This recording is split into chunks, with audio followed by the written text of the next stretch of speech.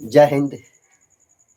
पिछले क्लास में हम लोग प्रोनाउन का डेमोस्ट्रेटिव प्रोनाउन देखे थे और उसका एग्जाम्पल का यूज देखे थे।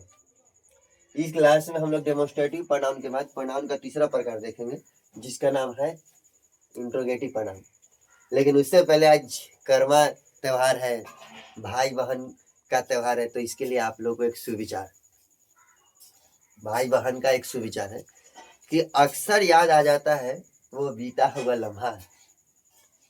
तेरी प्यारी सी आवाज में मुझे भाई कहकर बुलाना, स्कूल जाने के लिए तेरा मुझको जगाना और माँ पापा की डांट से मुझको बचाना। चलिए इस सुविचार के साथ आज की पढ़ाई हम लोग शुरू करते हैं। तीसरा है इंट्रोगेटिव प्रोनाउन। जिस प्रोनाउन का प्रयोग प्रश्न पूछने के लिए होता है उसे इंट्रोगेटिव प्रोनाउन कहते हैं। जैसे हु मीन्स क्या होता है, कौन किसने। हुम मीन्स किसे और किसको। हुज मीन्स किसका किसकी किसके। विच मीन्स कौन और व्हाट मीन्स क्या। यह है इंट्रोगेटिव प्रोनाउन। अब इंट्रोगेटिव प्रोनाउन तो हमने पढ़ ली कि जिस प्रोनाउन का प्रयोग प्रश्न पूछने के लिए होता है उसे इंट्रोगेटिव प्रोनाउन कहते हैं। लेकिन अब चलिए हम लोग जो है इंट्रोगेटिव प्रोनाउन का जो एग्जाम्पल है उसका यूज सीखते हैं, यानी कि उसका प्रयोग सीखते हैं। और उसका प्रयोग सीख गए तो समझिए कि आज इंट्रोगेटिव प्रोनाउन पढ़ ली। ठीक है, तो सबसे पहले हु का प्रयोग सीखते हैं। हु का प्रयोग क्या है? हु का प्रयोग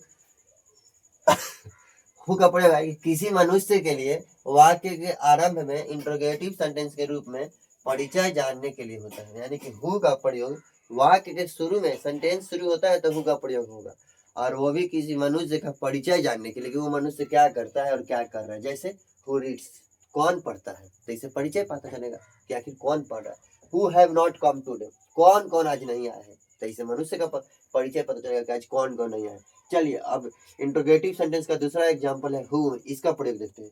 तो हुम क्या है भाई? तो हुम जो है हु का ऑब्जेक्टिव रूप है जिसका प्रयोग मनुष्य के लिए ही वाक्य के आरंभ में इंट्रोगेटिव ऑब्जेक्ट के रूप में होता है। जैसे कि हुम डिड यू सी यस्टरडे, आपने कल किसे देखा था। तो हुम जो है ना, हु का ऑब्जेक्टिव रूप है जिसका प्रयोग मनुष्य के लिए वाक्य के आरंभ में जो है इंट्रोगेटिव के रूप में होता है। ठीक है, तो स्पेस कम है, पहले आप इतना जल्दी से लिख लीजिए, फिर हम लोग आगे की पढ़ाई करते हैं। ठीक है, स्टार्ट। तो चलिए इंट्रोगेटिव सेंटेंस के व्हाट, हु और हुम के बाद हम लोग अब हुज, विच और व्हाट का प्रयोग सीखते हैं। तो हुज का प्रयोग किसके लिए होता है? तो देखिए हुज क्या है। हुज यानी कि यह है हु का पॉजेसिव केस है जिसका प्रयोग मनुष्य के लिए होता है। हु क्या है, हुज क्या है? तो हुज हु का पॉजेसिव केस है जिसका प्रयोग मनुष्य के लिए होता है। जैसे हुज आर दीज बुक्स, ये पुस्तकें किसकी है। तो आखिर के पुस्तक किसी न किसी मनुष्य की ही होगी। हुज इज दैट काउ, वह गाय किसकी है, गाय किसी न किसी मनुष्य की ही होगी। तो इसलिए हम लोग यहाँ सीख लिए कि हुज का प्रयोग, हुज ठीक है हु का पॉजेसिव केस है लेकिन इसका प्रयोग मनुष्य के लिए होता है। और विच का प्रयोग वस्तु तथा जानवर के लिए होता है। चुनाव व्यक्त करने के लिए इसका प्रयोग मनुष्य के लिए भी होता है। यानी कि विच का प्रयोग वस्तु के लिए भी होता है, जानवर के लिए भी होता है, और चुनाव व्यक्त करने के लिए मतलब कि कोई कुछ चुनने के लिए मनुष्य के लिए भी इसका प्रयोग होता है। जैसे विच इज योर पेन, कौन तुम्हारी कलम है। विच इज हिज काउ, कौन उसकी गाय है। Which of the students is Sohan, छात्रों में से सोहन कौन है। देखिए कौन तुम्हारी कलम है, तो इसका प्रयोग किसके लिए हुआ बताइए?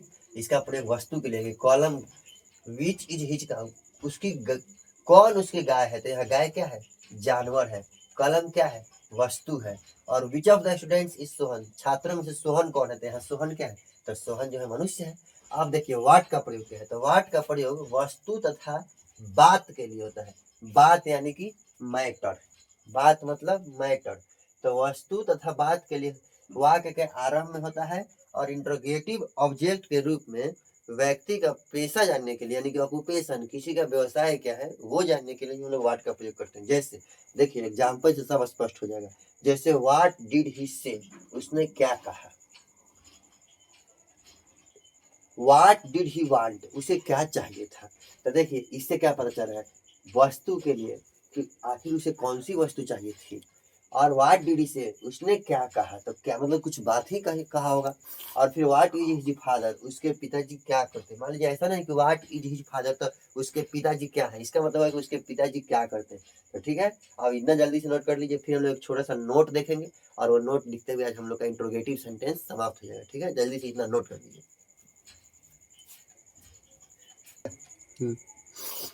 तो चलिए, अभी अभी हम लोग हुज का प्रयोग देखे थे, विच का प्रयोग देखे थे, व्हाट का प्रयोग देखे थे, और उसके बाद हम लोग इंट्रोगेटिव प्रोनाउन को औपचारिक रूप से खत्म कर दिए थे। अब इंट्रोगेटिव प्रोनाउन में कुछ महत्वपूर्ण नोट्स है, उसको जानना जरूरी है, तब जाकर इंट्रोगेटिव प्रोनाउन को अच्छी तरह से हम लोग समझ पाएंगे। जैसे कि इंट्रोगेटिव प्रोनाउन के बाद ऑफ का प्रयोग में से के अर्थ में होता है, और ऑफ के बाद प्लूरल नाउन या प्रोनाउन को ऑब्जेक्टिव केस में रखा जाता है। यानी कि इंट्रोगेटिव प्रोनाउन के बाद ऑफ का प्रयोग होता है, जिसका हिंदी अर्थ होगा में से, जैसे छात्रों में से, विद्यार्थियों में से, पुस्तकों में से। और इसके बाद जो भी नाउन या प्रोनाउन आएगा उसको ऑब्जेक्टिव केस में रखा जाता है। याद कीजिए, जब हम लोग को केस पढ़ाए थे तो बताए थे कि केस कितने प्रकार के होते थे, 4 प्रकार के। कौन कौन बताए थे? Nominative case, possessive case, objective case, vocative case बताए थे ना। बेसिक इंग्लिश ग्रामर में तो देखिए यहाँ केस आ गया। जैसे अब इसका example, who of the students have not come today. देखिए, ऑफ द स्टूडेंट मतलब छात्रों में से, ऑफ मतलब में से, छात्रों में से कौन कौन आज नहीं आया है। Who of them do you know, आप उन लोगों में से किसे जानते हैं। देखिए, हुम ऑफ देम, उन लोगों में से किसे। विच of these books do you like, मतलब इन पुस्तकों में से किसे या कौन आपको पसंद है।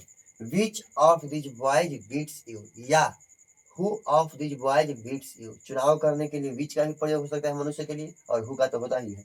तो यानी कि which of these boys beats you या who of these boys beats you, यानी इन छात्रों में से कौन तुम्हें पीटता है। ठीक है, तो इसी के साथ आज हम लोग का इंट्रोगेटिव सेंटेंस खत्म हो गया। नेक्स्ट क्लास में हम लोग प्रोनाउन का नेक्स्ट पढ़ेंगे, जो चौथा नंबर पर आता है। ठीक है, तो आज के लिए इतना काफी है, आप लोग जल्दी से नोट कर लीजिए।